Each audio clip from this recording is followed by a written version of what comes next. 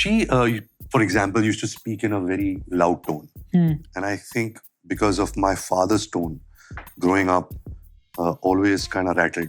Um, so she really made efforts to kind of change that. I hope I could say something that I did to put her at ease, but I don't think I've done anything yet. Bombastic side eye.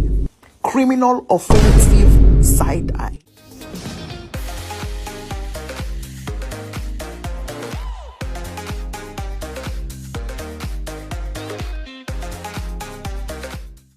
We live in an odd time. We reminisce about the good old days where Hindi film stars were candid in their interviews, when feuds were public, when genuine vulnerabilities and flaws were discussed, when even cattiness was just good and fun TV.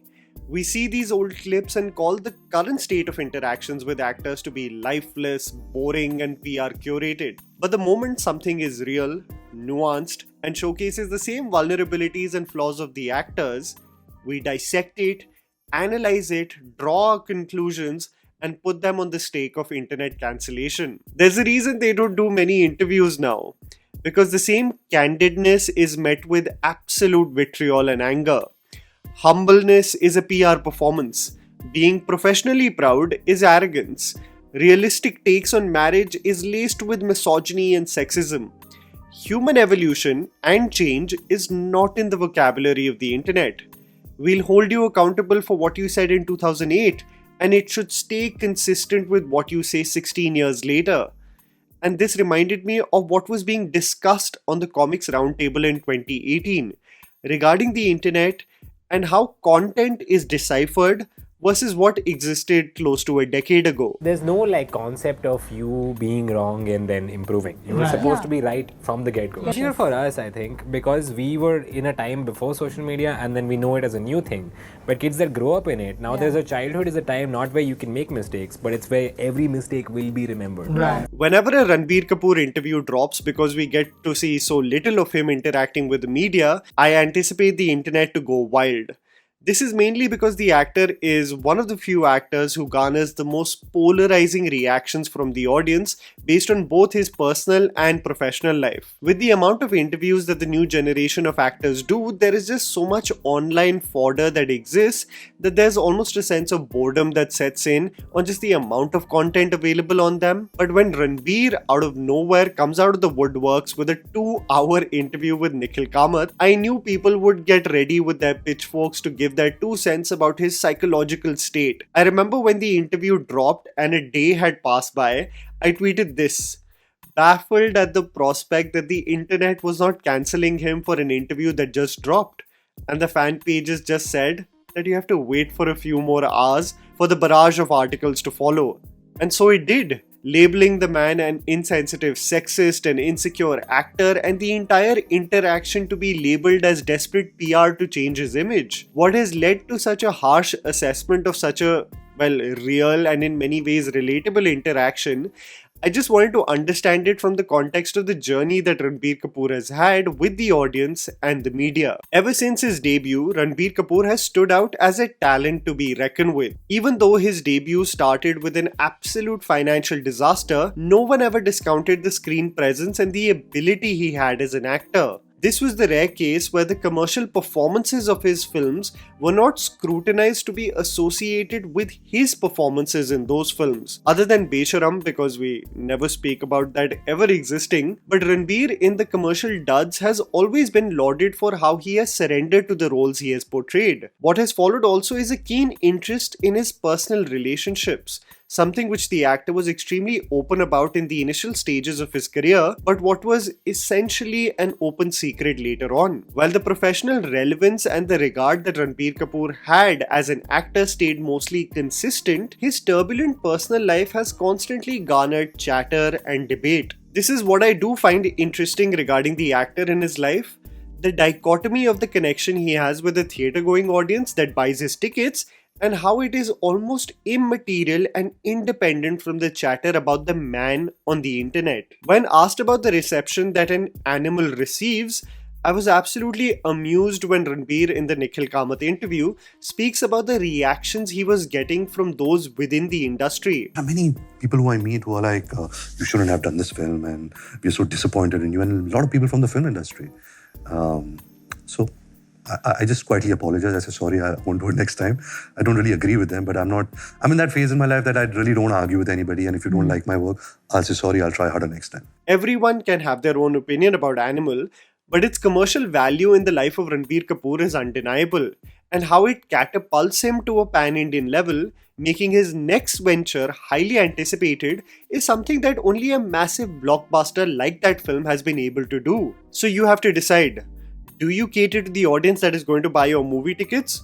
Or listen to the echo chamber of Bandra and Juhu that is appalled by the themes of your movie that went on to become a massive hit? It is here where the Keanu Reeves approach of accepting 2 plus 2 is equal to 5 motto serves best for an actor like Ranbir, who has his eyes set on listening to the audience versus to only to do what is morally correct according to a select few within the industry. The most animated and passionate discussions, of course, happened regarding Ranbir Kapoor's image and his personal journey. Let's get one thing out of the way very, very clearly. Ranbir is no saint. But the point is, who is? And the perception that many people are drawing from this interview of this being an attempt by the actor to clean his image is so far-fetched. Because what the interview essentially does is showcase the man's vulnerabilities and flaws as a human, making the interaction real versus giving us an image as if he is some pious and pure meta-human. All which people on the internet allude to being a preparation as he is about to play Lord Ram on screen. See, the fact is that his name is associated with actors like Deepika Padukone and Katrina Kaif, both successful and capable actors with their own loyal fan base. All the fodder that exists on the internet of their interviews and dynamic between each other, one is bound to feel passionate about a man based on what they read and what they see. Deepika Padukone on the infamous Coffee with Karan episode with Sonam Kapoor clearly insinuated, that there was infidelity involved in their relationship. Karan, there's a reason it's called cheating. Cheating is a bad word. Honestly. And you didn't stand for it. I did stand for it. While this is quite the revelation regarding airing out your dirty laundry, Ranbir Kapoor never commented on the same. That's different that he may not have grounds to defend himself, but never has Ranbir discussed about what transpired regarding the fallout in the relationship. I think it would have been more graceful of her if she could pick up the phone and speak to me about it rather than speak on a public platform. Regarding the association with Katrina Kaif, the perception of the dynamic by the internet is literally based on the absolute train wreck that is the Jagga Jasoos movie promotions, where you can clearly tell the actors interacted with one another while they have separated. I only assume this, and you could just see Katrina Kaif get visibly annoyed at the several instances where Ranbir was just being, well, for a lack of a better word, annoying. She treats him like a kid, like he knows nothing. He is also and in very real life, amused she by treats her. me like a kid, like I know nothing because he won't let me finish my sentences. In life, I'm talking about in film. So Who's answering my he's very question? amused also because her character is disaster prone. She is. It's this internet fodder that people have that then creates the perception of someone being a man-child or immature that almost becomes set in stone.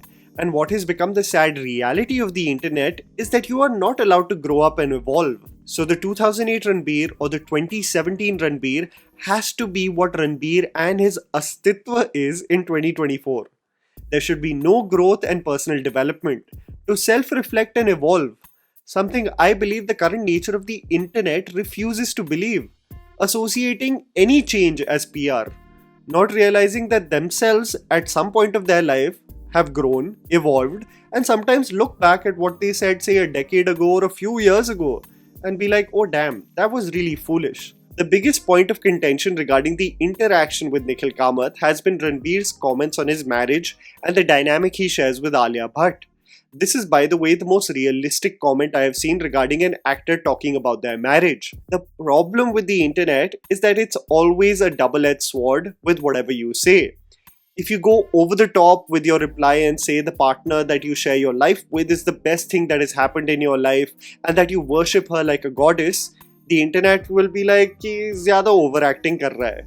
But the moment you say that the point of the partnership is to accommodate with each other's personality and acknowledge that you're here for the long run, the dynamic of understanding each other's energies is deciphered as soul-crushing and boring. Ranbir Kapoor, with great honesty, speaks about how Alia may have adjusted more than how he has in the relationship. How she has adapted regarding her tone associated with the trauma he felt as a kid as he saw his parents in a loud tone constantly fight.